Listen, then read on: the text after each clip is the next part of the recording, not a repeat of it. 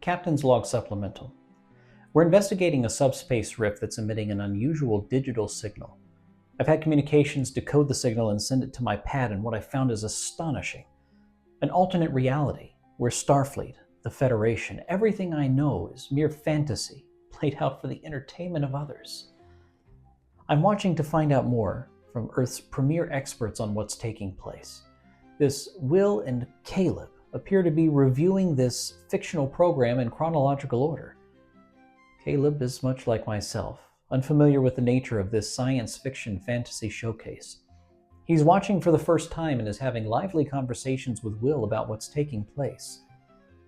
My recommendation to Starfleet Command is that we tune in and learn everything that we can about this Retrek review. Federation, or I send out a distress signal, and anybody who comes to this planet, I eat them.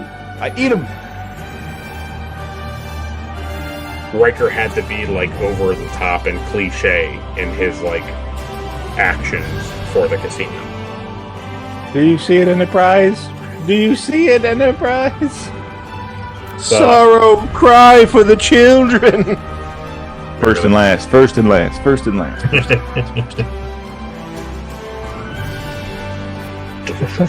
Delicious. All Sarek does is goes like this. And Yeah, he knocks his hands away. And then the Tellaride's like, ah!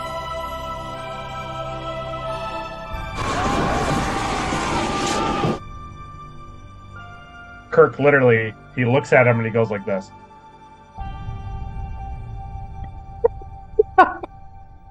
Program complete. Enter when ready. Welcome back to another Retrek review, where each week we talk about Star Trek, and this week we're talking about episode 19 of season 3 of Star Trek The Next Generation, and that episode is entitled Captain's Holiday.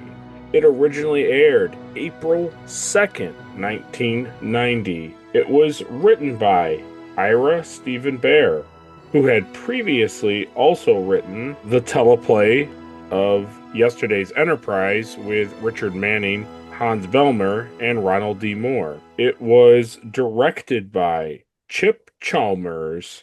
This is the first time Chip Chalmers shows up to be a director, but he'll continue to show up as we go on, so it's nice. The synopsis for Captain's Holiday is Picard takes a much-needed vacation on Risa, but unwelcome events keep interfering with his rest.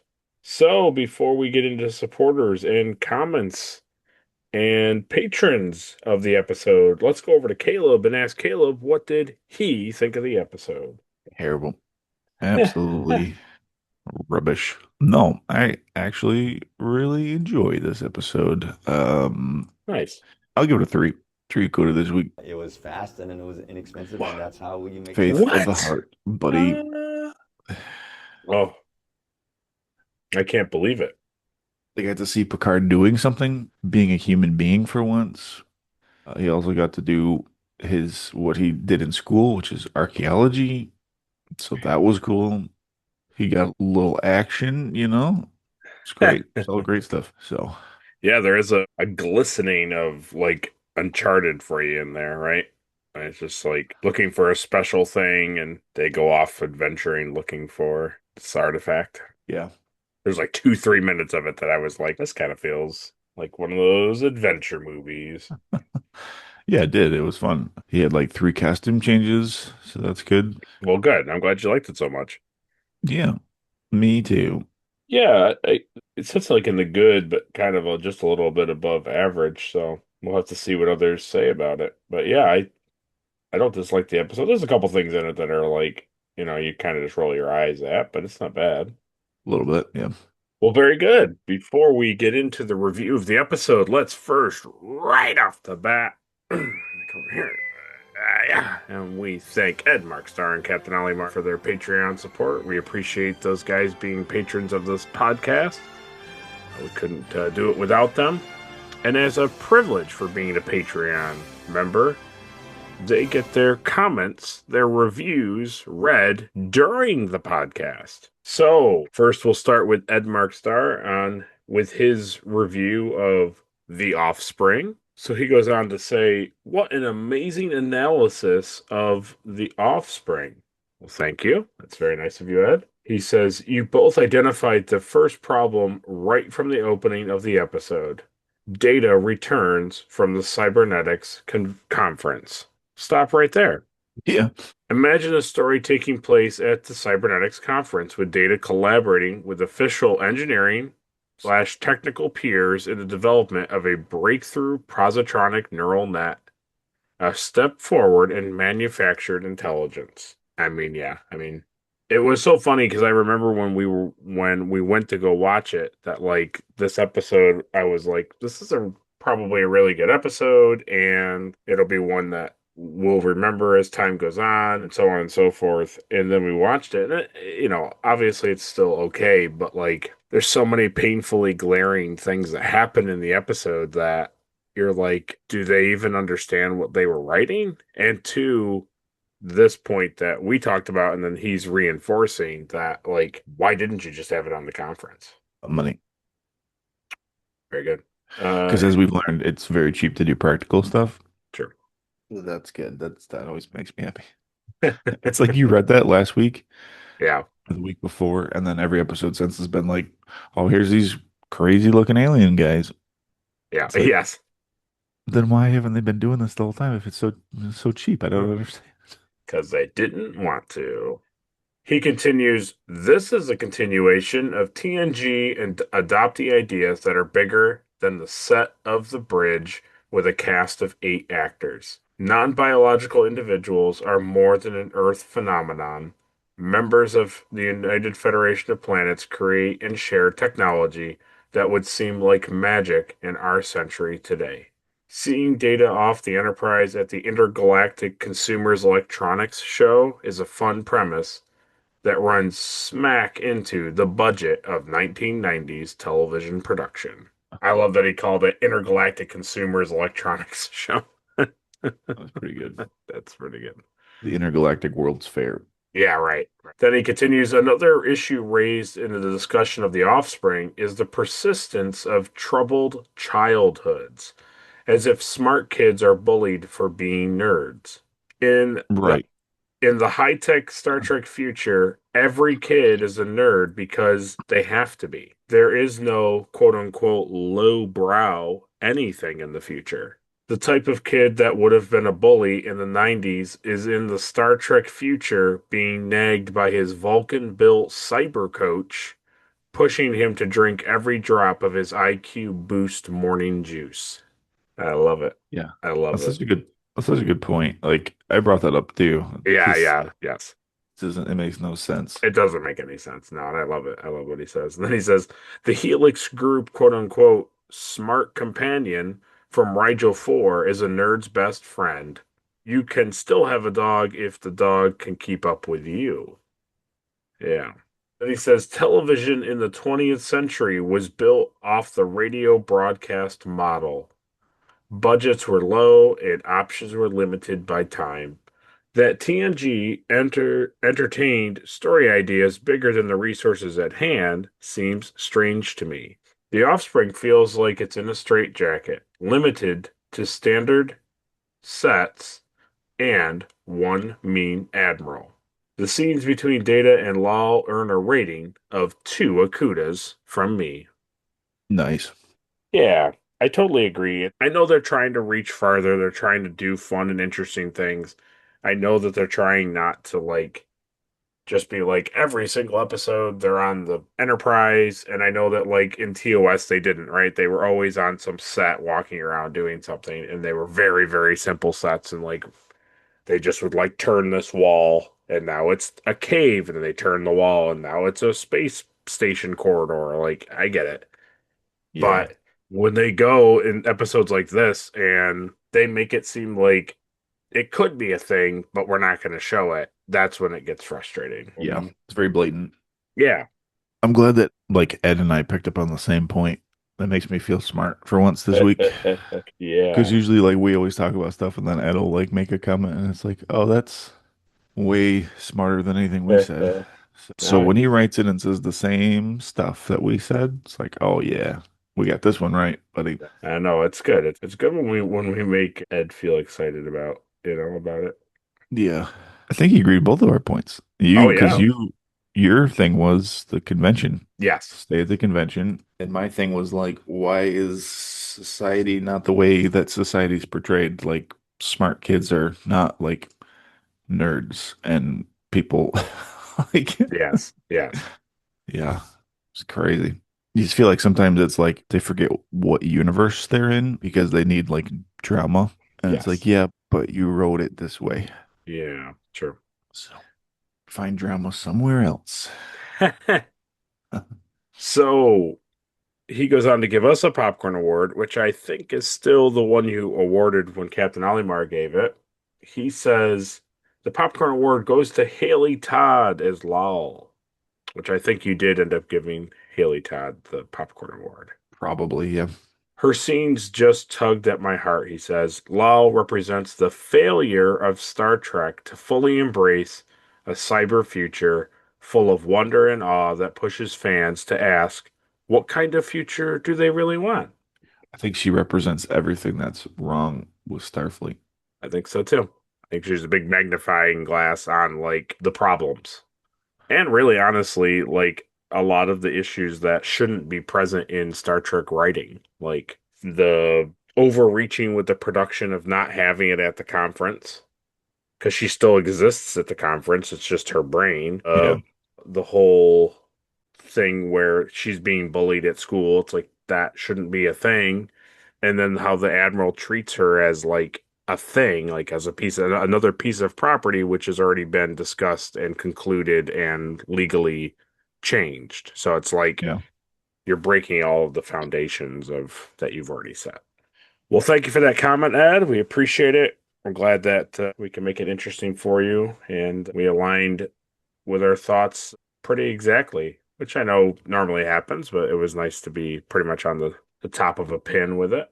And so next is a review from Captain Olimar, and he leaves a review on our review of Sins of the Father. Oceans of the Father. He says, how long has this bird been dead? It appears to have been lying in the sun for quite some time. Yeah. And then LaForge says, well, it's not dead. It's been replicated. And you do understand that we cook most of our foods. And Kern says, ah, yes. I was told to prepare for that.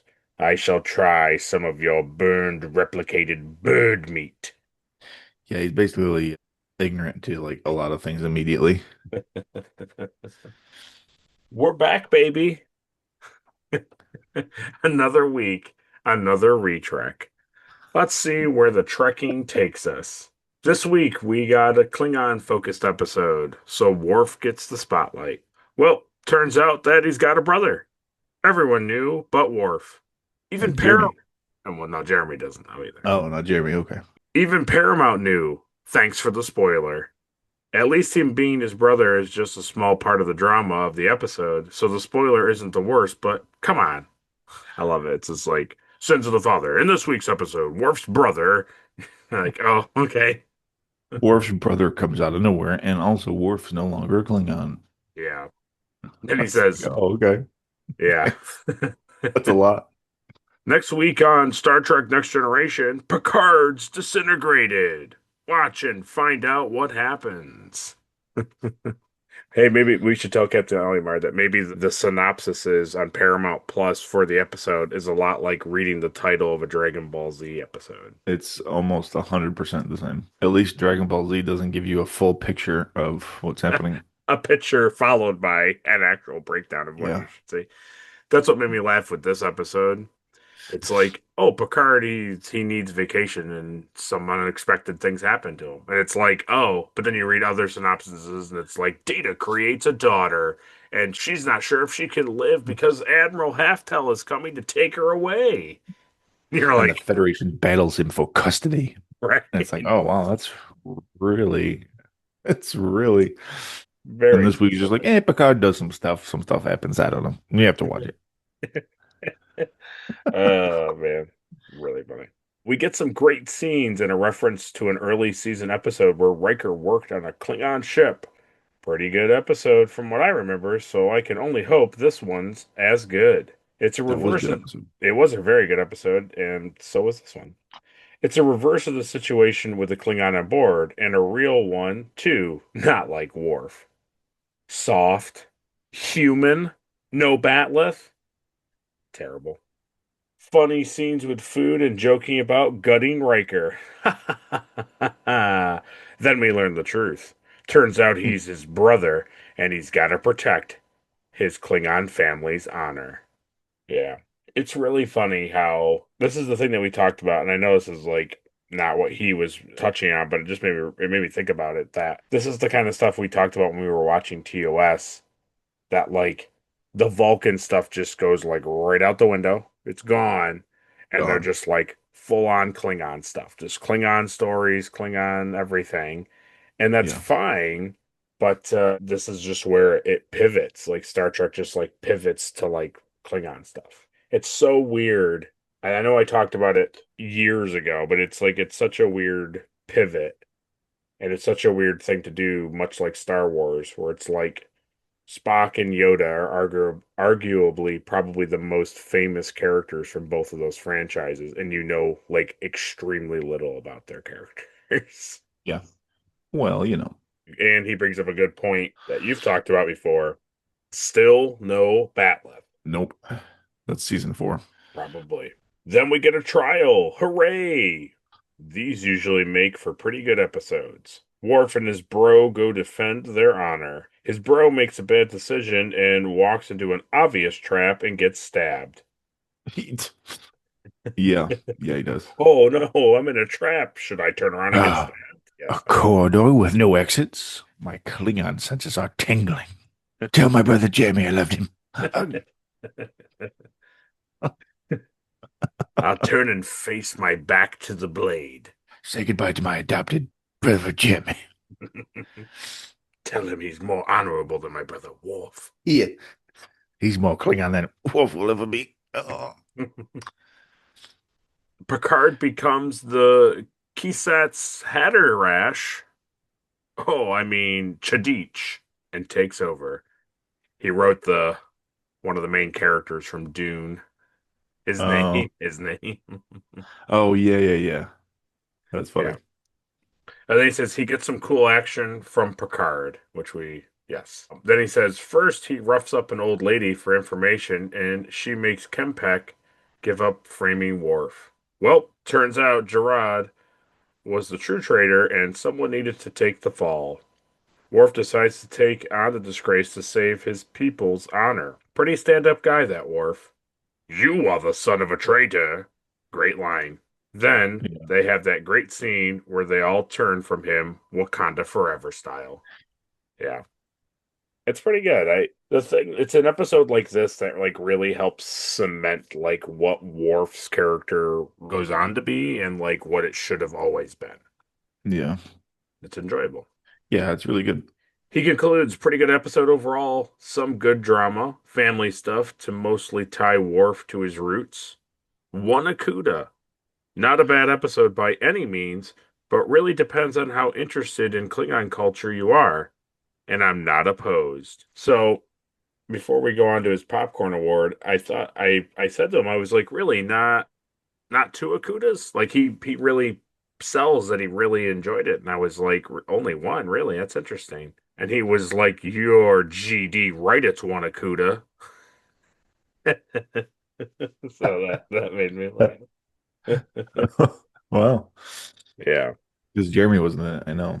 Yeah. It's always because of Jeremy. If it's a Worf-centric episode and it's about his family and they don't bring up Jeremy, it goes down one peg, no matter what it is. Yeah. My promise to you and the audience is I'll never do what the writers of this show did, and that is I will never forget Jeremy. So don't even think about it. I'll never forget you, Jeremy. So then he says, here we go, popcorn award to Kern. He did a great job, and he's Worf's bro. What's not to like? So, Caleb, who does get the Popcorn Award for being the best actor in the episode Sins of the Father. That's probably a good.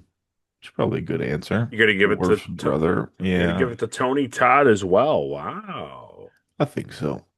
He does really honestly come in and just like I don't know, the other actors who were in that Riker episode that they refer to, I think A Matter of Honor or something like that. But like all of those guys are great. They play the characters to a T. They really help like us envision like what Klingons are like that aren't like Worf. But man, he comes on and he just Tony Todd totally sells the whole thing just from start to finish.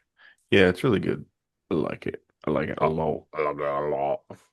Well, thanks, Captain Elimar, for your comment, your suggestion of Popcorn Award. We appreciate that review. It's just honestly for you both, Ed and Captain, we're really grateful for your guys' comments. And I don't know, it's really fun to have a lot of feedback. And I know we say it every week, we say it all the time that we just really appreciate you guys, but I don't know. It's really nice and it makes it feel like Caleb and I are doing more than just like chatting.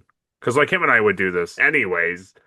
But it's nice that when we put this out there, people are like Yeah, responding to it and talking to us. So we've talked to each other enough over the years. So yeah, it was time. We thought everybody else would love to hear what we have to say, so we'll film yeah, the world needs to hear our opinions on stuff. it. Obviously. So we thank you guys for that.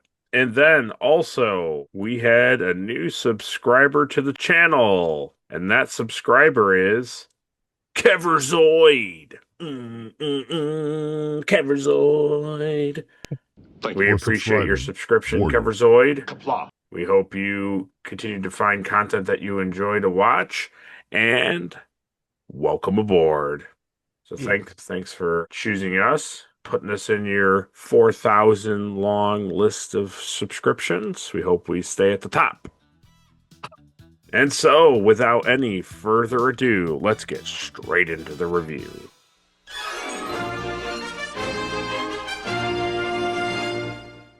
So we open up on a big, nice tropical scene, and it's all nice looking and beautiful. And I immediately picked up that there was a Ryzian woman was walking with this alien looking guy, and I was like, oh, that's totally an Antikian or an Antison or whatever. Those like dog creatures from like season 1 that have like the big long heads and like the Fu Manchu like beards that are trying to eat the snake people. Right about those guys. Yeah. This planet is like such a horrible idea. Is it not? It's just like it's like supposed to be a vacation world, but it's like, yeah, no, everybody can come. It doesn't. We don't discriminate, and it's like that's cool. But like a lot of these people are like at war with each other. Yeah. So it's like, is there like a truce? Well, you're not going to fight on a pleasure planet. No, that's true. You can't even bring weapons except for, when you bring weapons. So, oh, yeah, right. As long as you don't bring weapons when you're bringing weapons, that'll be right. Fine. As long as you conceal the weapons when you're not allowed to bring the weapons, you're fine. Yeah. But it is a return to Ryza because in Star Trek Enterprise, they go to Ryza. Yes, I'm very familiar with Ryza. So for you, it's a return to the planet. I want to say this is the first time it shows up in Star Trek. But we get these alien-looking creatures, people looking for Picard. Apparently, they go up to a display and ask where Picard is, but he's not on Ryza. And these are our first 2 guest appearances of the episode. We have Karen Landry. She's playing one of the characters. I won't say their names yet because we don't know who they are. She's a character actor, and she passed away in 2015 at the age of 64. And then we have Michael Champion. He's playing the other one. He's also a character actor, but he has some notable role like Helm in Total Recall, or Arnold Schwarzenegger one, where he yells at the Michael Ironsides, or he's like, "You can't shoot at it, you'll blow us all out, we'll get sucked out into space." He's like blonde with the glasses. Yeah. And then Beverly Hills Cop, where I think he puts like a gun up to Eddie Murphy's like head, and he's like a real nasty guy in that movie too. Pretty sure he gets shot and killed too, just like in Total Recall. But he passed away in 2021 at the age of 74. So those are our first 2 guest appearances. Then we had a first officer's log, which was nice. They have returned from Gamaris 5 after being there for 2 weeks because Picard was a mediator in a trade dispute between the Gamarians and their nearest neighbor, the Daklids. We go onto the bridge. Troy comes up. She says that the 2 weeks were grueling, and she doesn't really know how Picard was able to do it, but he was able to do it. Picard then appears. He's obviously very grumpy. I thought for us and fans of the RPG, they mentioned Starbase 12, which was a Yeah. this old house nod and other episode nods, but it was pretty nice. Yeah, and Picard goes into his ready room, and Troy makes a suggestion that Picard needs a vacation. And Riker's very excited about So, that idea. what's your thoughts? How do you feel about the beginning of this episode where the entire ship is basically like forcing Picard into doing something that he clearly doesn't want to do? It's a good question. I think that what it, because when you really think about it, he makes it seem like, is everyone going to bother me about this thing? And it's really only three characters. It's like Riker's excited about it, Troy suggests it, and Beverly like sort of forces him to do it. And it's not like an over the top thing like Picard makes it seem out to be. But the thing that we haven't really established is like this is normal. That like Picard kind of overworks himself. He Yeah. gets himself worked up, stresses himself out, doesn't do well, doesn't interact with the crew well because of his like being so like worn out and tired and like whatever. She says he didn't eat much, he didn't sleep really that much either. So it's like instead of just waiting for him to have something to eat, get a couple good nights rest, and seeing how he behaves after that, they're like immediately they're just like, nope, he's terrible. He's obviously breaking down as a human being Yeah. and he needs a break. And it's like I get that like they have to accelerate it to get him on the Yeah. planet, but at the same time, like I think where you're going with it is like it's like it's too much in a short period of time for really not a really excellent reason. Yeah, I didn't like it. Picard's the type of person where he's very driven, he's very work focused. He's Right, not a very like leisure person. Like him going and spending a couple days like at the beach seems like horrible for him. right. And like forcing him into it is, I don't know.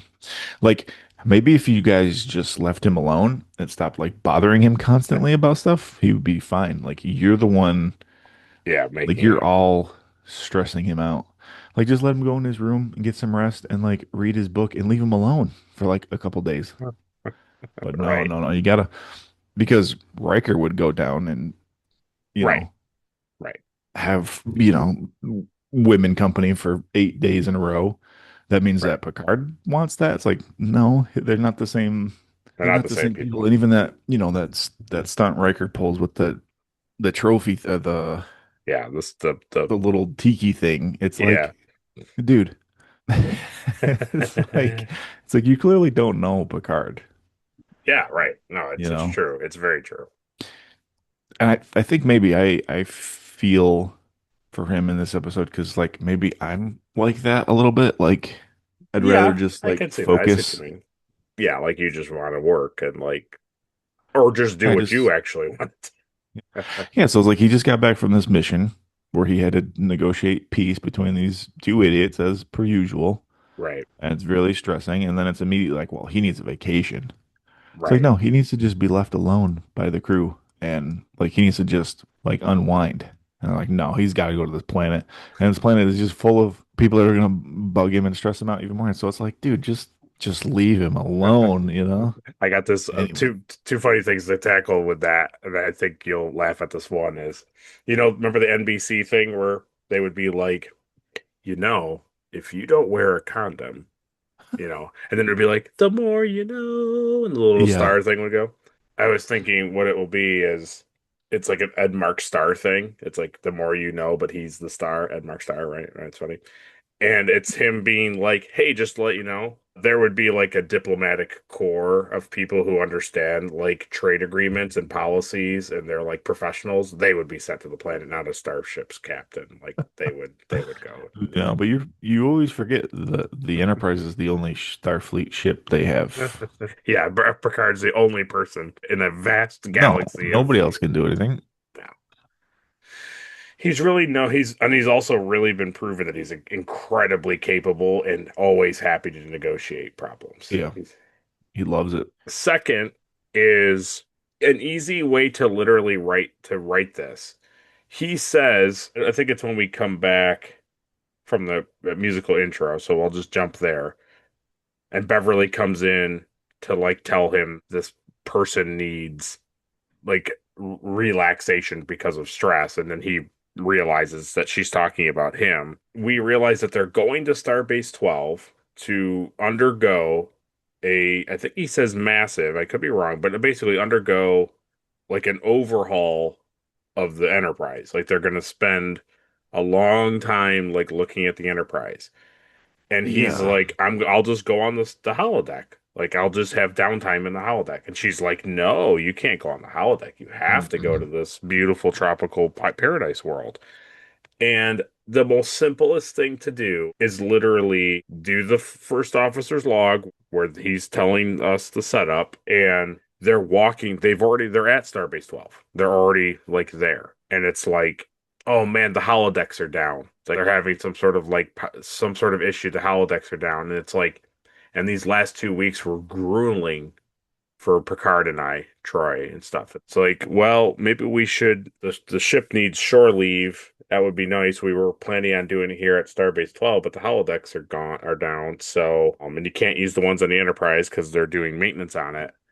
It's like, so perhaps what we'll do is we'll shuttle people to Ryza, or they can just go do something. It's like you literally could just be like Picard is forced to go to Ryza because he has no other option to like relax. He can't stay on the Enterprise because they're doing maintenance. He has Yeah. to stay on Starbase 12. But then on Starbase 12, it's like all the recreation facilities are down due to some weird thing. And then it's like, well, he'll just take a shuttle and or you do what they said, which was that Laxana's coming to Starbase 12 and he's like, I gotta get out of here. And he leaves to go to Ryza Yeah.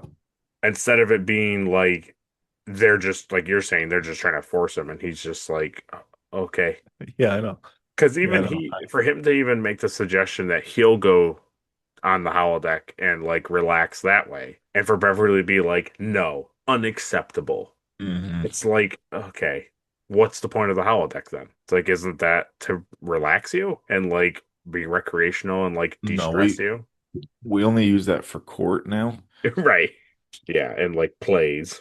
Yeah, I didn't love it. And then I basically I felt bad for Picard a Yeah. lot of this episode because even when he goes down there, he's Oh, really trying to like relax.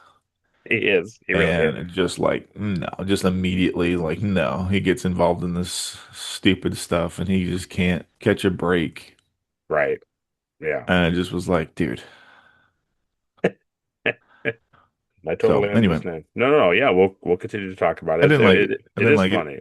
So Yeah, so he gets Beverly off his back and he's like, "We'll see about this. We'll see." And so he goes into the turbo lift and then Riker meets him in the turbo lift and he's like, "Hey, if I got the idea for you." And he's like, "Oh, no, not you two." And then he's like, there's this planet I just heard about.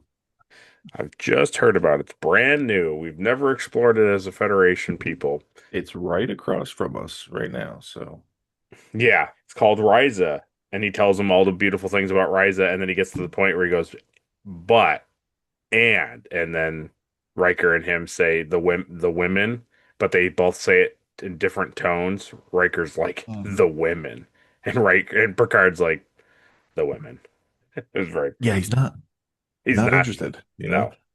So they have that conversation about Riker pushing the whole Ryza thing onto him. They go up to the bridge, and now Troy's like trying to sell this thing that like her mom's showing up on Starbase 12. Yeah, and I generally laughed at this section because I do think that's very funny that something that Picard does not want to do at all is better than seeing Troy's mom, and that was funny to me. Oh man, you know it was really good, and I think I've heard it in audio clips that people have used for Patrick Stewart saying things like out of context. Picard turns and he goes, "Your mother." Starbase 12. Your mother. But it sounds like he kind of just says like your mother. So it's pretty good. Good. So he asks Riker to see him in his ready room. As you brought out, he's upset that the crew is like scheming. He doesn't appreciate that. Yeah, because he's not stupid.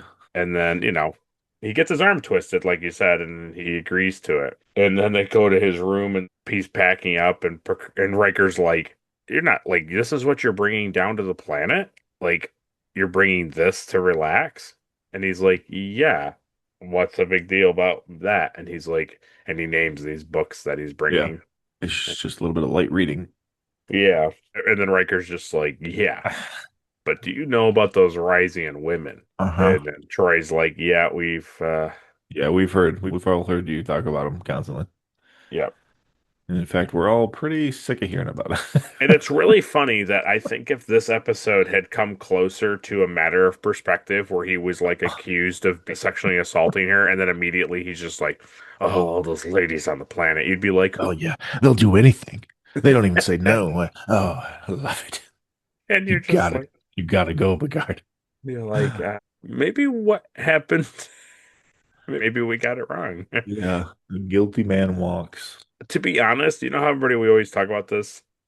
That like in culture or in society, like Kirk gets the bad whatever for being Yeah, like a womanizer and he's constantly trying to like get laid. yeah. It's like, gotta tell you, I know Riker's not constantly like this, but this episode is not helping the case. No, he's definitely done way more Yeah. than Kirk ever did. Oh, yeah. I think honestly, the only time I really remember Kirk doing it was if he was like manipulating and trying to get like like Yeah. being James Bond, basically. Yeah. Or if he like legitimately was like falling in love with the woman. But Riker is just it's No. not what it's about, Nope. So that's cool. So Riker's a jerk to Picard, and he tells Picard to get him a thing called Horgan, I think, which is like, okay, sure. And we'll learn what that's all about in a little bit. Yeah. They get to the transporter room. Worf wants to put security with Picard. Picard's like, it's not necessary. It's a pleasure planet. It's fine. It would have been funny if somebody had gone down with him, but and then he just has to be like the security guard who just has to like relax too because Picard's not doing anything, and he's just like a security Yeah. guard in like board shorts and like a robe, and he's got like a phaser, and he's just standing there, but he's like drinking an alcohol drink and just like looking around. It would have been fine. Then we get this kind of a fun. I think it was funny just because Jonathan Frakes is a good actor. We get him saying this funny line as Picard walks into the transporter room and he's looking at Deanna. He says, he's going to have a great time. He's gonna have a great time. Yeah. It made me laugh. Yeah, it was funny. Picard beams down. He bumps into a woman who's clearly hiding from a Ferengi. As you should. Yep. And these are our next two guest appearances. The woman is played by Jennifer Hetrick. She's a character actor who had a reoccurring role on LA Law.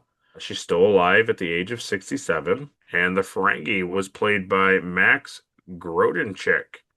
He's a character actor who's appeared in movies like The Rocketeer, Sister Act, Apollo 13. But for everybody out there, and soon Caleb eventually, he goes on to be quite the serious Star Trek alum. He goes on to play another character, which we won't talk about right now. So it's funny to see him appear in this episode. And I thought he looked familiar, but maybe yeah, not. he's in tons of stuff. I mean, he's in tons of stuff.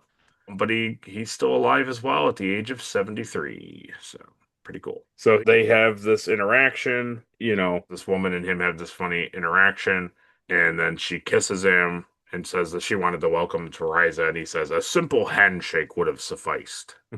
Yeah. And then they part ways, and we go to commercial break when we see those aliens again. Yeah.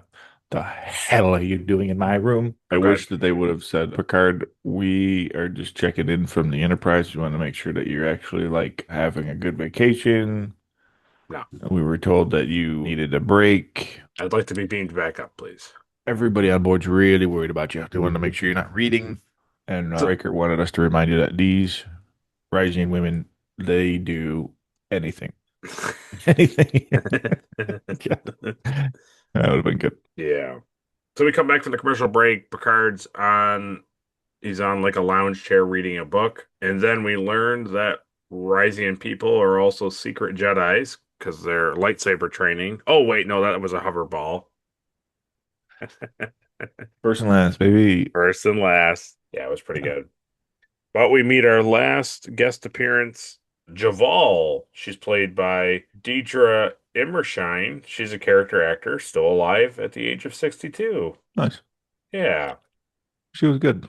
she was pretty good. So Picard learns from her, like he doesn't understand why people keep bothering him, and he learns from her that Yeah. after he purchased the Horgan, that it is the Ryzian symbol for sexuality, and that the mere that act is- of displaying it here means he is seeking Jamaharan. Yeah, he's looking for it. And she's like, "Are you?" No, I bought that for a friend. Yes. And I'm Oh. gonna kill him. Yeah. So the funny thing is she's like, "So it's out here. This is what it means." And he's like, "Oh no." And then she's like, "So do you want that?" And he's like, "I don't want that, please. I don't even know what that means."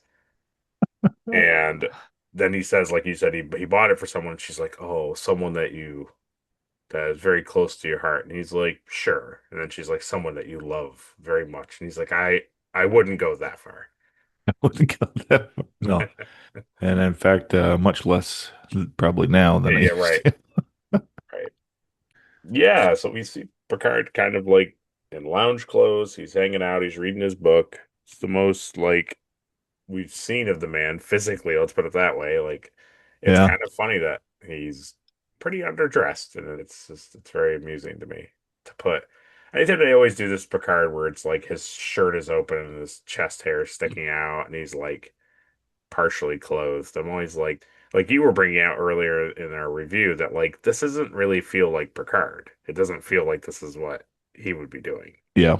He seems like a guy who sits with like a glass of wine or a tea and like is reading a book, or he's like studying something about some archaeology, like some dig or something, like an artifact or something. Him literally bringing up to Beverly that he was interested in going to see the something about star clusters, like a conference or something on Starbase 12, hmm was like, yeah, that sounds like that's what he would be doing. Yeah. No, the last thing you need to do is learn God. Idiot. You need to go wear a Speedo, look at the ocean. Yeah. And get sexed. So then a Ferengi appears, the one that we saw earlier, and he tries to secretly confront Picard about some sort of disc. I saw you with it. I saw you. um, Care the what you think you see or what your face. I don't give a shit. I just want to read my book. the part that really makes me laugh, and that's why I think Ferengi are just an interesting species, is that he keeps pressing him about it, and he keeps standing there like he's not actually having the conversation with him. He's trying to like make it seem like, oh no, I wouldn't be. I'm not talking to you about this. And Picard he closes his book sharply. He gets up, he gets right in his face, and he's just like, listen, I'm only going to say this to you once. And he just like lays it out to him. Like, I don't know who you're talking about. I don't know why you're talking to me about it. I don't know anybody. I don't know who you are. I don't know what this disc thing is. I'm just down here trying to read. Leave me alone. And then the Ferengi's just like, I don't believe anything you say. He just doesn't care. And it's hilarious to me because most other situations, they would write the main protagonist in this scene to be like, oh man, he scares off the Ferengi, or like the Ferengi just is like, oh geez, wow, I'm sorry, man, like I didn't realize I clearly have the wrong person. Instead, the Ferengi just like doesn't buy it, and he's just like, I'll find it. I'll have that disc, and I'll have that woman. It's so funny to me that like they give Picard this really strong moment, and the Ferengi like just undercut it. And I think that's funny because that makes them interesting. That they're not intimidated in that sense. It's like, whatever you say, old man. Right. Yes. I don't give a Right. And we see this lady that he bumped into taking note of their interaction. She comes over and he re-meets, and we learn that her name is Vash. Yeah. It is very funny that when the Ferengi is like confronting Picard, Picard doesn't Mhm. immediately think like, hey, it was probably that woman that just randomly kissed me for no reason Right. when I first got here. But then again, He also doesn't put it together that like when she comes over to talk to him, he doesn't immediately be like, "You're yeah. the woman that he's talking about, and that's why you acted so weird with me. Like, can you just leave me alone? I don't know what the two of you are doing. Can you just go away, though?" He's like, "Wow, this lady wants to talk to me. She must be trying to push this I am not Jamaharan." interested in any, I don't want any fornication. I just want to read my book. Yeah, and it's like it is funny that he didn't put it together, but also it's like you can't let it slide because like this is what happens on this planet. It's just this constantly. Yeah, So like he didn't really put the pieces together, but yeah, it's like obviously, yeah. It's like, you know. so do you want us to do it now, or do you want to like just wait 5 minutes? And it's like, no, no, I don't want it. Like, oh, okay, so we'll circle back. We'll Okay. All right. We'll this we'll lounge we'll area. check. Yeah, We'll check in a minute. yeah. It's a big Did area. you not It's see our see-through shirts that we're all wearing? Oh no, yes, I saw them. Are there any Andorians working? no. We do see an Andorian this week. We do see an Andorian. Yeah, he looks Yeah. just as bad as Iron. He looks beautiful. It looks better than the one that Lowell was thinking about being, but Do you like that its head is like the size of a giant like tire? No. yeah, he's huge. Anyway, so he re-meets. He gets her confused with other members of the planet offering Jamaharan. She names the Ferengi. His name is Sovak. And when they get up and they're leaving, he finds that Vash is with Picard, and he knew it the whole time. And how Yep. dare you? I knew it. We see Vash plant this disc on Picard in his robe. Picard just is so he's just like, please leave me alone. Don't talk to me about any of these things. I don't care. He goes to his room and he finds, and this is where they're named. He finds two Vorgons scanning his room, and their names are Ager and Baratus, and they're from the 27th century, and they've come to find Picard. Yeah. So go down to the comment section and write Jamaharan. Baby Jamaharan. Because it's the halfway point.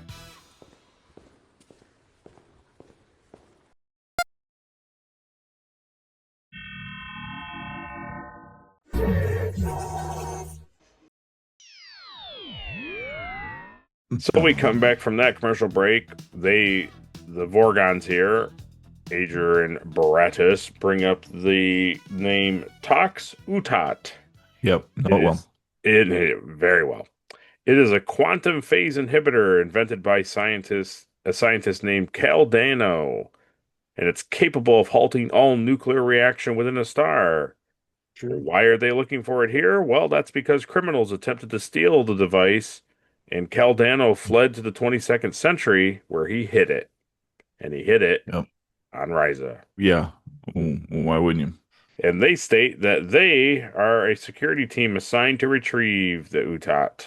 So it seems weird for them to give all this backstory of all this stuff and it be like 100% wrong, but we don't really know if any of it's really true, also. Yeah. I didn't see the ending coming, honestly. So I thought that was kind of cool, you know? Yeah, it is cool. Yeah, we'll definitely talk about it when we get there. So the Vorgon state to Picard, they know about Picard coming across it, even though he doesn't have it, because he's recorded that he came across a crystal the size of his palm, so they surmise that must be the Tox Utat. So he states that he'll give it to them whenever he finds it. And they're like, very good. And they're satisfied with that, and they teleport away. Then we cut to a really random thing, which I didn't understand, and I thought, did I miss some dialogue or something? We cut to Vash putting her room back together after it's been tossed clearly by Sovak, and Picard walks by her door. He comes to her door, and it's like, how do you know where she's staying? Why did you wander like the hotel lounge area? Like you went back to your room. Like now, it just was like, how does he know where she is? It was so weird. Yeah, I don't know. I mean, I guess what I put together in that scene was that the aliens leave, he puts his hand in his robe and he finds the disc. Right. Oh, that's right. Yes, I didn't mention that, but yeah, So he knows like immediately like she slipped it in his jacket. right. And then I just assumed like he went to like the front desk and just asked like where her room was. Because remember when the aliens first got there, they said like, "Where's Picard?" And the computer was like, "We don't have a Picard." Oh, I forgot that. Like, that's a good point. No, that's a So really good point. He that's probably just just what went, but yeah, they could have probably shown that a little better. But it's one of those things. It's like just get to the point, you know. Like they just yeah. No, that's a really good point. That makes a lot of sense. Okay. No, that makes a lot of sense. I didn't even think about that. where is that woman, the Ferengi lover? Where is she staying? And the computer's like, Wait, oh, she's over here. we've unlocked her door permanently for you. Yeah, so they talk to each other, and we learn from her that she supposedly worked with Professor Samuel Estragon, and that the disc itself are his research notes and maps to find the Tox Utop, and that Picard tries to understand why the Ferengi guy is involved. She says that Sovak just wants to sell it to the highest bidder, and yeah, it's obviously a lot more lying as time goes on. She's not some sort of assistant after he died. She's just also a thief. But that's how these things always go. Yeah, I don't. Did she actually work with him or no? No, I don't think so. No. I don't remember 100% what she says at the end, but I don't think so. I thought she did. I thought she did spend like time with him. That's why she felt like she deserved it, but I don't Maybe, remember. maybe. I'll pull it up on the. I think she went to the computer and the That's fine. that's gonna be my no matter what your questions are now. She just went to the she just went to the main computer on Ryza and asked it. Obviously. Yeah, it doesn't really comment on it. Just it could be some of it. I just got when what's his name reveals, Sovek shows up and he reveals that like he says some things, and I kind of got the feeling that like Sovek indeed paid her for the disc and she used his money to reach Ryza. Right. Yep. So I got the impression that she was like a thief. Like basically this Ferengi guy knew about the disc, these research notes and the maps. He wants this thing so he can sell it to the highest bidder. He pays her. I didn't think it was because she was the assistant. I thought it was just because she was also like a thief type person. And she goes to Ryza to get it and then doesn't like, now she's going to keep it to herself kind of a thing. Yeah, it could be. You'll let us know in the comments. Yeah, it'll tell us. So they have this conversation about it. She fills him in on what all the background of everything. So Picard wants to go by himself and look for it, but Vash convinces him that she is going with him. So I am ready for my trek in the yeah, in the what do you call it? Where are they? They're on some beach trouble. they're going into caves, beach caves. Yeah. What are they called? Probably coves, maybe. As they're going, Sovak confronts them with a disruptor type thing, and he tells Picard that Vash is the thief. She's the woman. She's terrible. And I would always trust the Ferengi no matter what. So Always. because they're not, they're pretty genuine people. They're Yeah, not they're not thieves or liars or anything. So that's good. Yeah. And so together, Picard and Vash disarm and knock out Sovak, and then they leave together. We make a pretty good team. Is her name Vash with a V? Yeah, you got it. Is that what you're saying? Vash.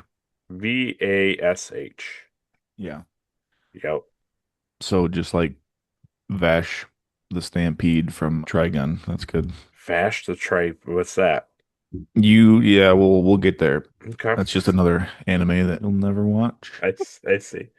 You probably have seen images of it. It's like the guy that wears like the big red jacket with all the buttons on it, and then he's got that huge like desert eagle, and he's got like sunglasses. Maybe. Okay, maybe.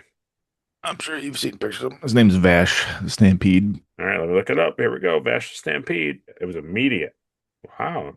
No, I don't think so. I don't think I've seen him before. Nice. Yeah.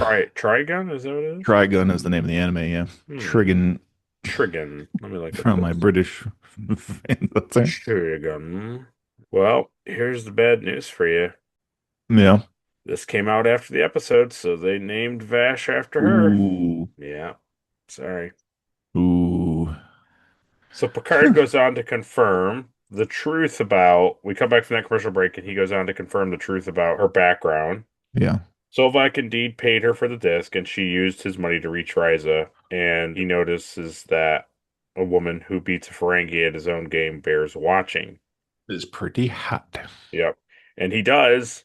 Uh-oh. He goes on to admit that he isn't enjoying himself. Yeah. How could you not? You know? Now, they don't overtly say that the two of them have sex. It's heavily implied. It's heavily implied. He just weirdly, kind of semi-weirdly kisses her, kind of for no reason. Like, it just kind of just happens. And then he rolls over, and it looks like they're making out. But when they cut to and they're just walking, there's like really no indication that they had sex. It's very likely that they did, but I don't know. It felt very ham-fisted for them to have this conversation that she lied to him. All the stuff was going on. They're looking for this like ancient artifact that people from the future are looking for. It's like a really kind of a high-stress moment. It's like this thing can stop the function of a star and blah blah blah. And Picard's like, let's make out. Interesting. Anyways, yeah, you mean it's like a exposition dump where they just have to dump all this explanation stuff in here somewhere and so that they can get to him kissing and smooching. Yeah, I know. Yeah, I don't know. It's like their relationship feels very flat, very two-dimensional, and has like very little depth to it. oh yeah, it's not great. So we cut away, they're walking, they reach their signal destination, but the scanner is blocked, of course. So he uses that cool backpack, pulls out the shovel, puts it together. I do like that backpack. I gotta tell you. It's pretty good. Yep. They begin digging, the Vorgons appear. We will watch as history is made, Picard. Yeah. No matter what happens, we'll only watch. Yep. And then Sovak appears and he tells them to keep digging at disruptor point. How dare you? Keep going. I found the disc in her room. But I destroyed it. Not all of it. I didn't really get that. But we'll talk about it. Yeah. After trivia. Oh, okay, great. Oh, not again.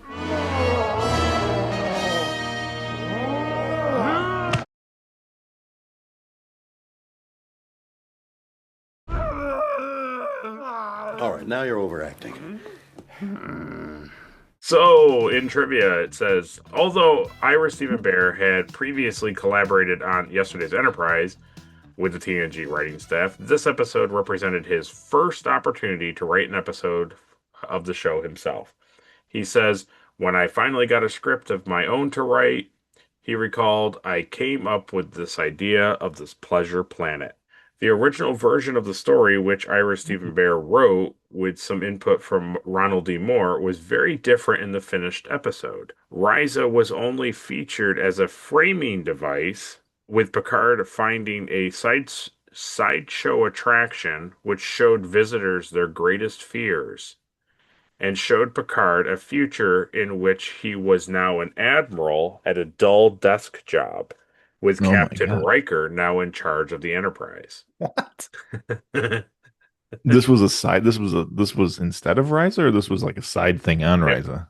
It was a side thing on Ryza. So he was on Ryza. Why would that be on a vacation planet? I don't know.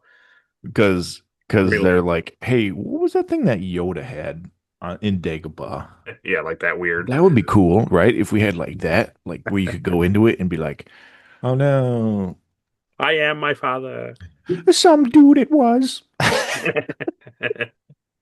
You think. It's really funny to think that Ira Stephen Bear thought pleasure planet equals greatest fear. Deepest, darkest fear.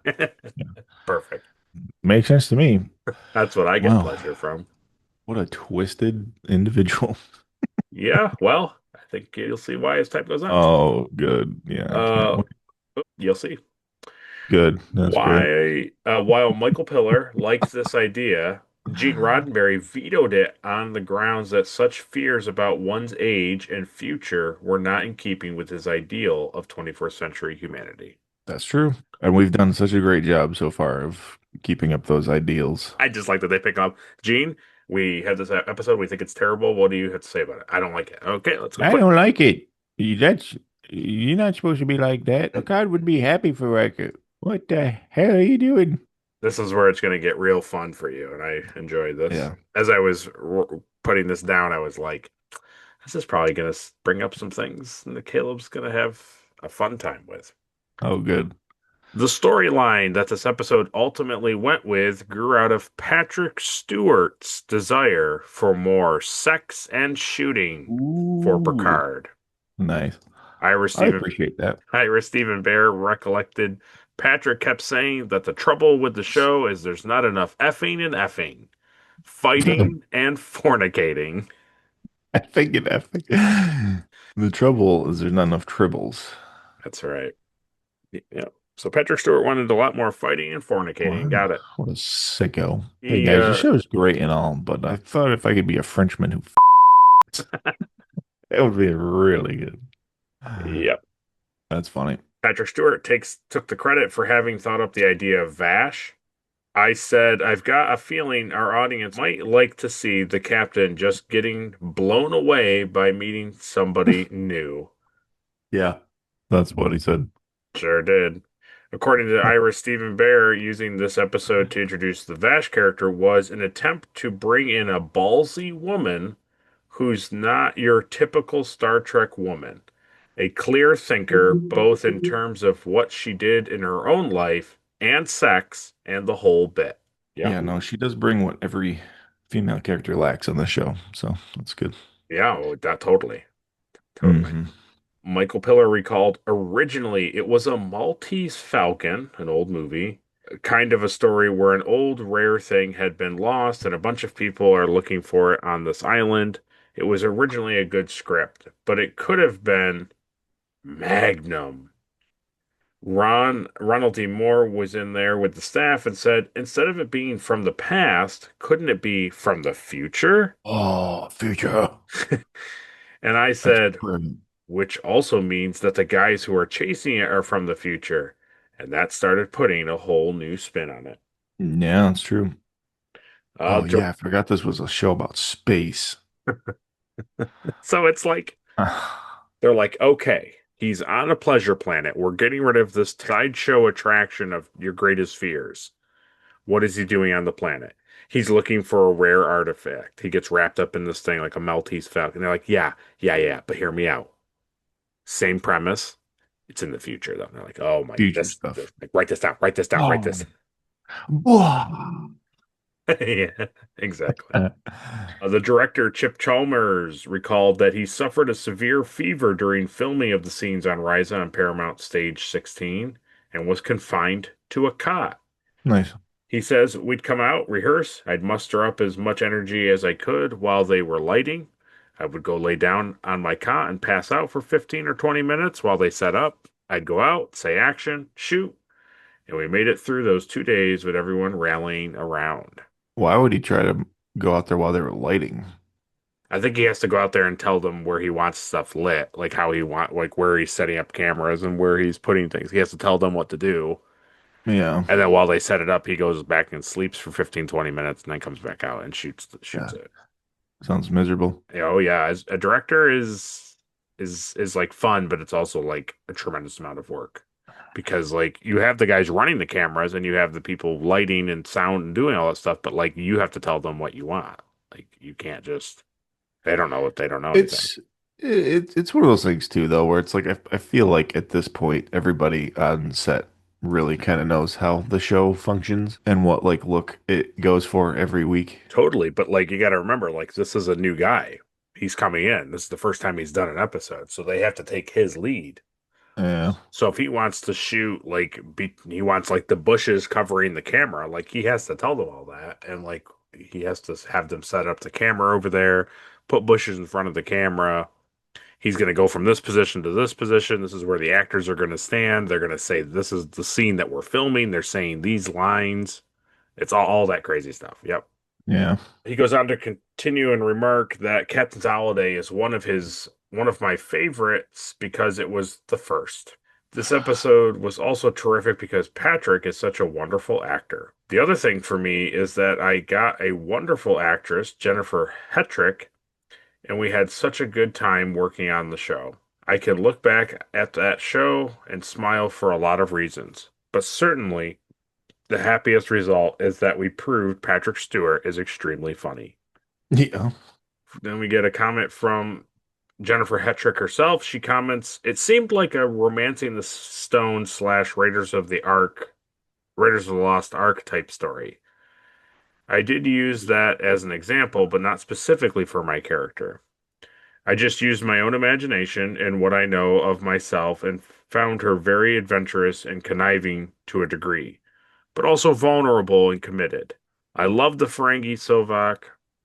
I was spared the makeup, fortunately. When I saw what everyone else had to go through, I was thrilled. Thank God I was human." Oh, that's funny. Yeah. Yeah, Romancing the Stone is a good comparison. Yeah. Yes. And then 2 little bits of trivia, just 2 other things. So that's what everybody said about it. So the large landmass visible in the planet view, shown immediately before Picard beams down to Risa, is actually Australia. Adelaide is situated in the middle of the bottom edge on the shores of the smaller of the 2 gulfs. And the nearby island is Kangaroo Island. Yeah, it is. And the Gulf of Carpentaria appears next to the port side nacelle. So, pretty funny. That's cool. And then the last bit, which I know you're from last week's, or no, it wasn't last week's. It was several weeks ago. This is going to make you sad, but this is just the reality of it. This episode marks the second and final appearance of an Andorian in the series. And in fact, the Andorian's next appearance was in the Star Trek Enterprise episode, The Andorian Incident, 11 years later. Nice. So That's excellent. It's pretty crazy that they go from being huge and, watching it in the way we did, they go being huge in Star Trek Enterprise, and then they're just not in anything. Well, it makes me respect Enterprise that much more for them to actually give us something about really them. dig into these characters that we don't ever see. Totally. That's why, a lot of times when we're playing the RPG and, Mike or John will ask me something about, Andorians, it's 99% of it is from Star Trek Enterprise. And that's why it's nice to have so many, Andorians on our ship and do things with them, because that's fun. Yeah, they're cool.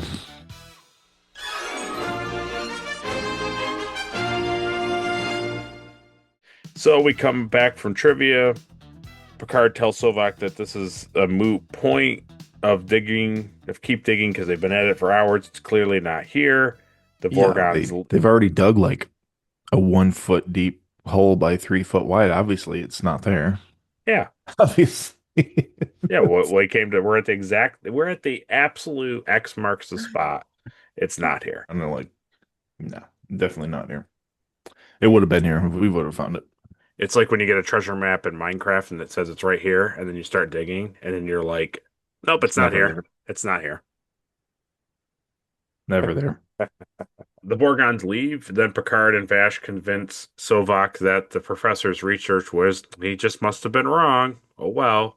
Sovak doesn't buy it. He continues digging himself. They return to the resort, and Vash tells Picard that she wants to be alone, and he leaves. He leaves the room. Riker contacts Picard. Picard tells him that he's going to request transporter code 14, and Riker's like, transporter code 14? He's like, yes, just bear with me, stand by. Picard then goes and finds Vash sneaking away, and he then suggests that she already found it, which was true. She has, and she hid it, and that's when the Vorgons appear. So basically what happened was, from what I understand, and anybody in the comments, please correct me, if we're to take what they say is true, that in the 27th century, so 2600s, this scientist named Caldano invents a quantum phase inhibitor called the Tox Utat, and it halts all nuclear reaction within a star. The Vorgons from that century attempt to steal it, and he travels back to basically Jonathan Archer's time. He goes back to the 22nd century. Mm-hmm. And he goes to Risa and hides it on Risa. Time now, 200 years goes by, and this Professor Samuel Estragon is like looking for it. He becomes like an avid person looking for this thing. He becomes so like obsessed with it, and he believes he finds exactly where it should be. And this is where I don't quite know. I think that Sovak hired Vash to go find this thing, and she has no connection with the professor. That could be wrong. She could, but that's basically what happened. She goes to Ryza. She immediately goes to the location in the cave, finds the Tox Utat, takes it back to the resort part of Ryza, deposits it in the Horrigan like head, and then just pretends that like she's just like hanging out on the planet. And then when Sovak gets there, he just sees her like walking around and just like hanging out and not doing anything. And he's mad that she's not doing anything, or that she already has it, or that she's not looking for it. And he wants the disc himself so he can go and find it and be rich, and because he doesn't trust her anymore. She then, for whatever reason, wants Picard in on it. So she gives him the disc. And then in that time, she creates another disc of that, fake burns it. Like she burns it, but she burns it with the knowledge that this isn't going to actually destroy the information on it. And Sovak is going to toss her room again, find the thing that she was burning, see that it's the research notes and maps, go to the site and see that they're there digging it up. They're going to give up on it. He's a Ferengi. He can't give up on it. He has the notes. He now believes that those notes are real no matter what, because she was trying to burn them and get rid of them, which gives validity to them. So he therefore becomes lost in the thought that like, well, there it's obviously here. There's no way that the professor was wrong about it, so I'm going to keep digging and digging and digging and digging and digging because it's here. It has to be here. Not knowing that she already found it and hid it, because he's like too distracted by this fake path that she chose to get him off her trail. That's what I'm led to believe is what happened. Yeah, that makes sense. So for whatever reason, then she reveals that in Professor's notes that there were these people, this male and female Vorgon were looking for this thing. So he also was trying to like keep it from them, because it was notated that they were criminals who were looking for it or something of that nature. For some reason, they were also trying to keep it from them. Picard wants them to verify that they're from the future, that they are who they say they are. They don't. They're just like, we've told you everything. We don't need to prove it. And then for some reason, there's a transporter code where you beam something up, but while you're beaming it up, you destroy it. Yeah, definitely. Like, I assume that that's for like phasers or weapons or something, like lock onto his weapon and like destroy it in his hand or something. I don't know, but it's like, it was a really weird thing. And I personally think that like, it's kind of a wah of a ending to such a cool thing. Yeah. Like, this thing is kind of crazy, and we see Picard look at it, like we get a good look at it, and it just ends with the Enterprise like double beaming it or whatever, doing something to it, and like it exploding it. And then the Vorgons are just like, it went as was recorded. Good day, and they leave, and you're just like, okay. Yeah. So yeah, I know there's a lot that's like, if they knew that was how it was recorded, that Picard destroys it, then Right. why would they still allow him to be the one to find it? Right. If they're really trying to take it, it's like Yeah. they still put everything in his hands, like for him to be able to do what he's supposed to do in the future. So Right. like, why?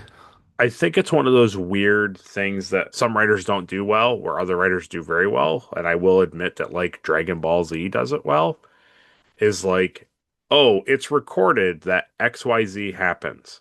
So therefore, with that information, I will travel back in time and I will interact with this thing because XYZ plays out. And what they don't do a lot of the times is, what happens in this episode is, instead of by inserting another problem, another thing into the equation and now making it XCYZ, it's a different alphabet. It changes. The timeline now changes immediately. It's changed. And it's making this tangent line because something has happened. And now those two characters can now alter time because they're not supposed to be there. Instead, what they were writing to was the fact that like they are criminals and they're stupid and they travel back in time and they go to do it, but it's like, oh, but we can't change it because this is what was recorded. And it's Yeah. like, in order for them to go back there and look for that thing and try to get it from Picard, the accounts, the records would have to stay the same. So it's like Picard would have to find it, he would have to notate it. All the stuff like has to play out in the same chain of events. Otherwise, them coming from the future makes no sense. Like, well, Picard destroyed it. Well, if he destroyed it, then they're not going to time travel, right? Right. Like they're like, oh, well, we already know that he destroyed it. So unless we get to him before he destroys it, it's moot. And then they get to him before he destroys it, and they're just like, okay, it's messy. Yeah, just a lot of stuff like this. Like I didn't, the ending, I didn't expect them to be like bad guys. I thought they were Right. legitimately were like the Guardians, in the future, but Right. so that was cool. But like you said, like, so she's just hanging out and doing nothing. Like, what's up with that? Like, why is she just like, why didn't she just leave after she found it? I I don't know. know, no, I totally. It could be a thing where when she meets him, like she suspects that obviously Sovok's gonna come and like check up on her. And because she knows that he's just gonna sell it, she wants to either make money herself, or maybe she does actually want to give it to people to study it. I don't know. Who knows Yeah. what her real motives are, but I think she's was playing the long game of seeing who can she like pawn this off of and get out of do something so that Sovok believes and gets him off her tail and like he dedicates himself away from her and she can break away with it. Because if she just leaves, then he's never going to stop pursuing her. And also Right. may always have a gun at the back of her head kind of an idea. So I think she's playing the long game of trying to figure out how to get away. And when she learns from Picard, when she talks to him when he's on the thing, that he's a starship captain, like he's a captain of the Enterprise, Hmm.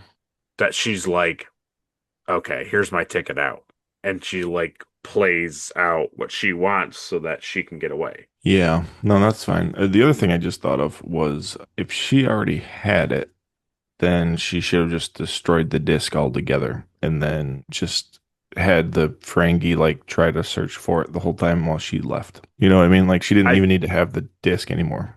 She didn't, but I think that she couldn't just tell him this is where it is and you start digging and have him believe it. I think he had to see it for himself. No, I mean like he thinks Oh, that she just has the disc, mm, which is the map. right. So she finds the diamond, she destroys the map, and then she just, he's searching for the disc the whole time. Like we saw Mm. him, he went in and like tossed her room and stuff. Like, while he was doing that, she could have left the planet with the diamond and he wouldn't have been any the wiser. Yeah, I mean, he might have still pursued her because he's looking for the disc and he knows that she has it. Possible. Yeah, but by the time he finds her, she's already gotten rid of the diamond. Possibly. I know what you're saying. I don't disagree. It's just funny that like she kept the map after like she didn't need it anymore. And then Right. she made a copy and then she burnt the copy and then he shows up there and it's like you could have just avoided all that Yeah. if you've already had it. And then why go on this ruse? I don't know. I think she's just trying to fake him out so that he leaves her alone. I think that's really all it is. It's just funny. It's just funny writing because it's like you could have just like told Picard like, hey, so like I already found it, but like I got to get it off Yeah, this planet. But then we wouldn't get to see Adventure Picard and that's right. his Also, sweet backpack. they wouldn't smooch and do whatever in the cave too. That's true. The probably Yeah. part was like, well, we already made this backpack, so So yeah, so Picard and Vash talk to each other. She asks if there's an available position on the Enterprise for an archaeologist. He considers it and then comments that he doesn't believe that life on the starship would suit her. She then explains to him that she plans on exploring the ruins of Sarthong 5, and Picard can't believe that because their inhabitants are mean to trespassers. yeah, they don't like people. And then she's like, that outburst shows that you really care about me. And they kiss each other. And then they make a weird time travel comment that since the Vorgons now know where and when to look for the Utat, they'll just come back to try it again, and then therefore their past characters who have already done this will meet again and do this all over again in a different time parallel dimension. That was a really weird line, man. I thought. Well, I'll see you again. I mean, I won't, but my past self will do this again. It's like, so this is just a thing that just recurs over and over, thus making those aliens even stupider, in my opinion. It's like a super highbrow sentence to be like, we'll meet again, but it won't be actual you and me. It'll be our parallel dimension you and me, and they'll be doing this adventure again, and they'll have just as much fun because they're coming back. And it's like, oh, okay. Yeah. Okay. Got it. I was very confused by that line. It was bad. It was confusing. And then those aliens will just have Picard do it and then blow it up again. So yeah, exactly. You've seen it. Captain's Holiday 2. Oh, good. Yeah, that was really stupid. So then Picard returns to the Enterprise. He's clearly annoyed with Riker. And then he tells him that they're going to have a little chat about it.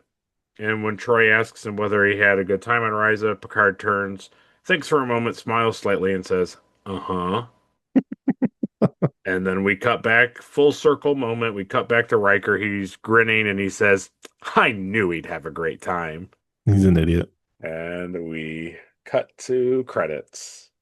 It's an interesting way to convey what they wanted in a story, but yeah. But it is a very Star Trek story. You got time travel, you got hidden artifact, you got thieves looking for it. You got a captain mixed up all in it. It's very Star Trek, but it's messy. Yeah, I thought it was fun for what it was. Yeah. And also we get to see Picard and do other things. Like, as much as I'm not a big fan of open shirt, smooch and kissing Picard, it's a different side to him that we get to see. It expands his character beyond just him going, engage. Shut up, Wesley. So I'm happy for it. Yeah, it makes him an actual human being. Right, exactly. Which is why I enjoyed it a lot, Yeah. So that was our review of the episode. We appreciate you guys sitting through it and listening to our thoughts. But before we close out this video, let's do the thing that everyone's been waiting for.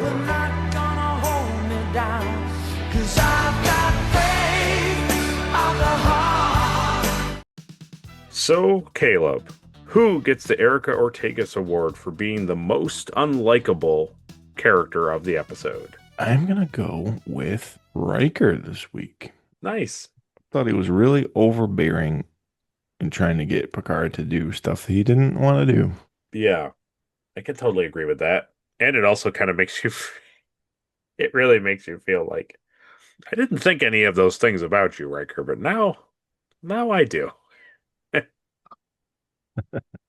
Very good. Well, next is the Elizabeth Cutler Award for being the most forgettable character of the episode. I'm going to give it to Worf this week. Oh, okay. Yeah. Last week was all Worf all the time. This week, no Worf none of the time. And you said, I'm not all about that. No. More Worf, please. Just come down.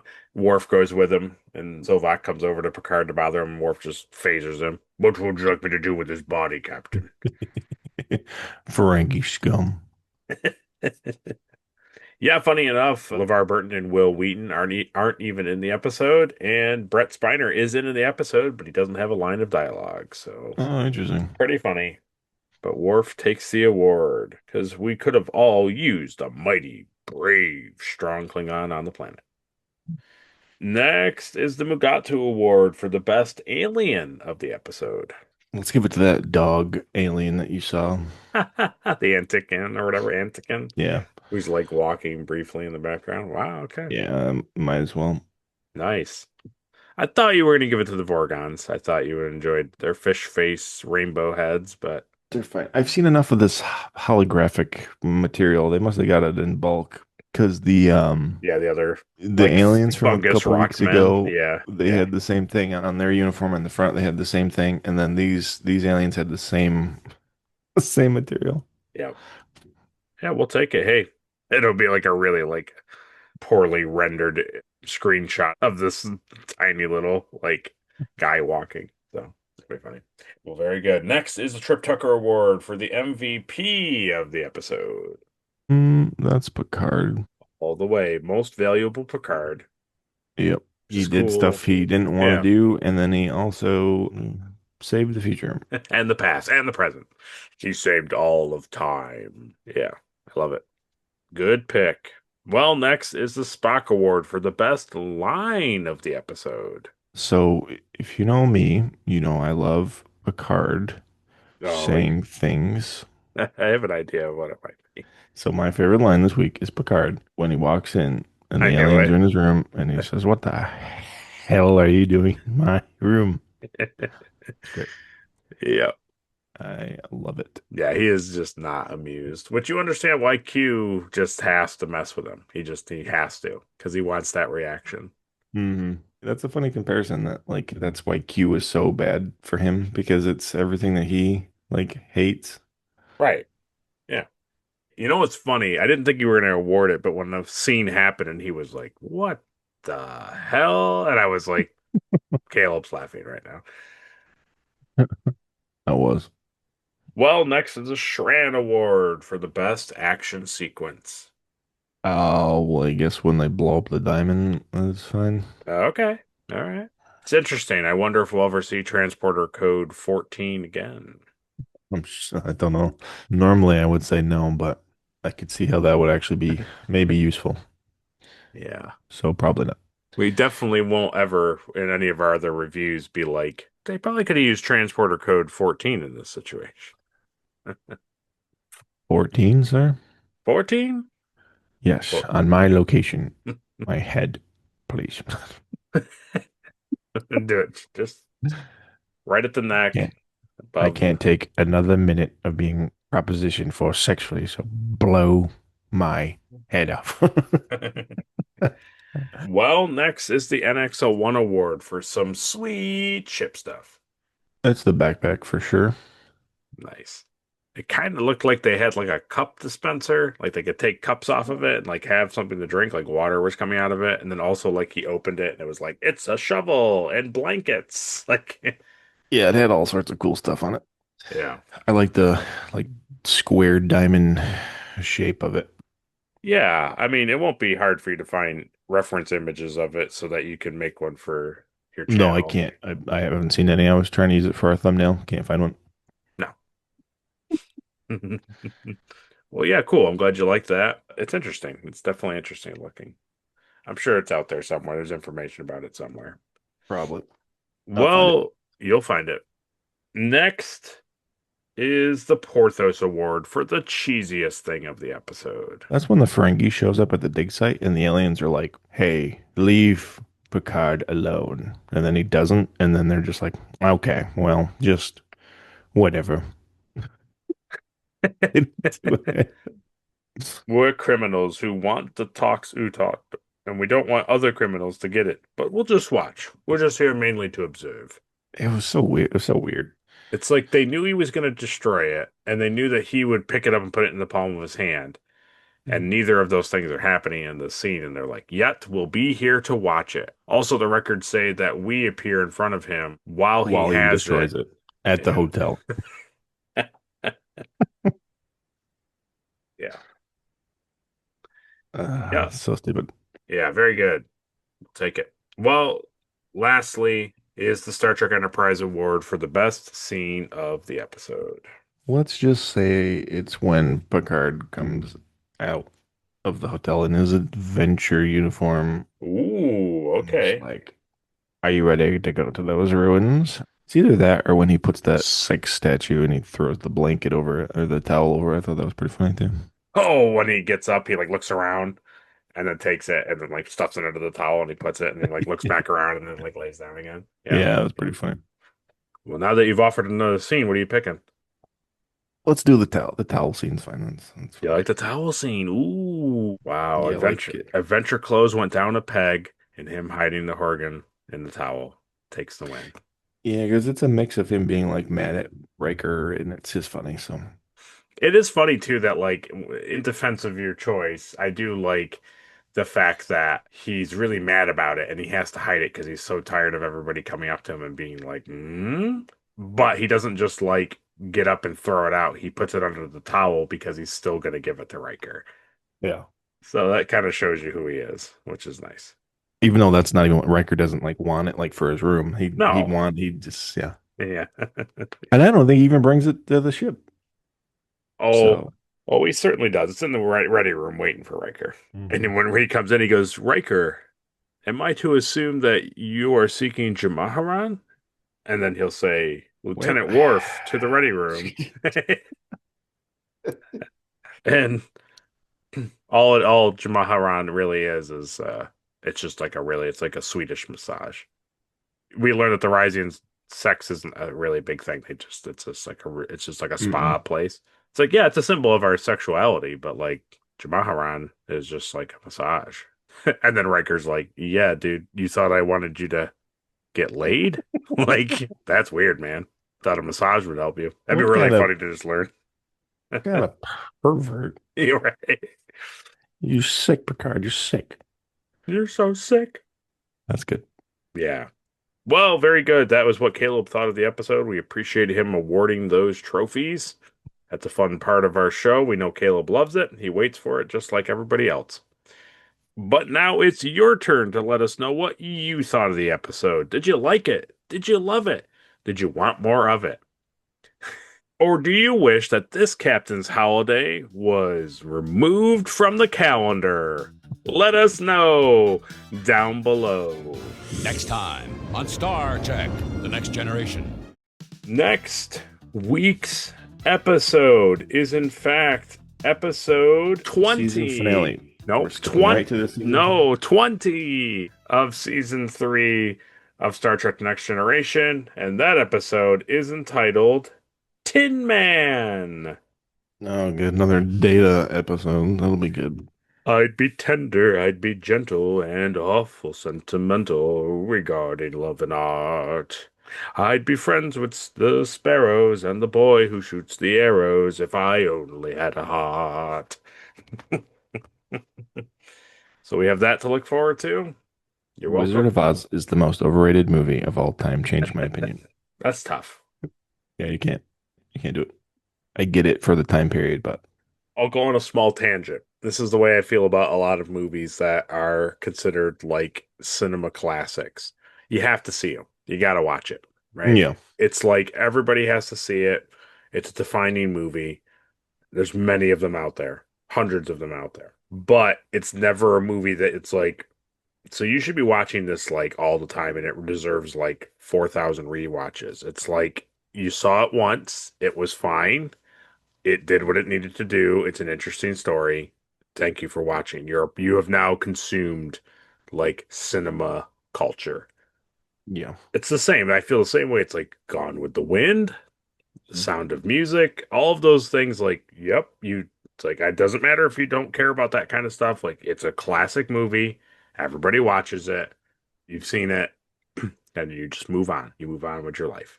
Yeah, I agree. But we have that episode to look forward to next week. Yeah, it's an episode, so we'll get to watch it. We'll see what everybody thinks about that episode when we go and watch it. Probably be everybody's favorite. 3 Akutas.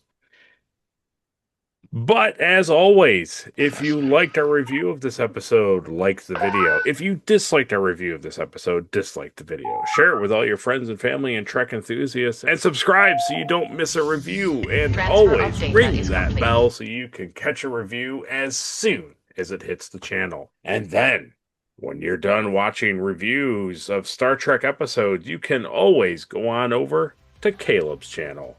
He has a fun prop tutorial channel where he makes fun things from pop culture. He does a lot of fun, cool things. He's been printing out Pokemon lately, painting them, putting them up on a display of these nice little things.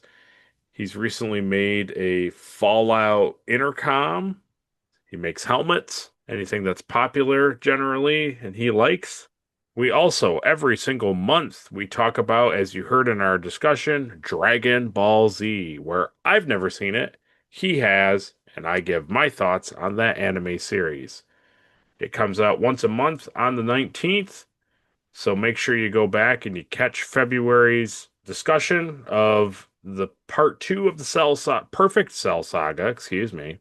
And yeah, we're soon to get into the Cell games. So that'll be really interesting for me. I have no idea what they're about. Oh, they're good. But Caleb, is there anything you would like the people to know about? If you've been liking Fallout stuff, yeah, go check it out. So stick around, keep a lookout for his new videos on the channel. He's always got something on there. And like he says, if there ain't something new, watch something old. I do say that often. And while you're over there, find a video, like it, leave a comment, make a suggestion of something for him to make or print out or paint, or for something for him and I to watch. We can go over there and talk about that. Maybe something that neither one of us has seen. I don't know. Who's to know if you don't ask us? Down below. That's right. But ultimately, on whatever you decide, at least please subscribe. We thank Ed Markstar and Captain Alimar once again for their Patreon support. We appreciate those guys sticking it out with us. They enjoy our nonsense. We appreciate them. They make us feel pretty cool. And we look forward to trekking along as we get near the end of Season 3. Only a few episodes left. Probably about a little over a month left of filming. So we're getting there. Caleb is eating it up. Loving it. And so, computer, set time coordinates back to 2022 so I can tell Caleb that Star Trek: The Search for Spock will be his favorite movie ever. I would believe you. And then we'll make an episode called The Retrek Review, Caleb's Holiday. See you guys.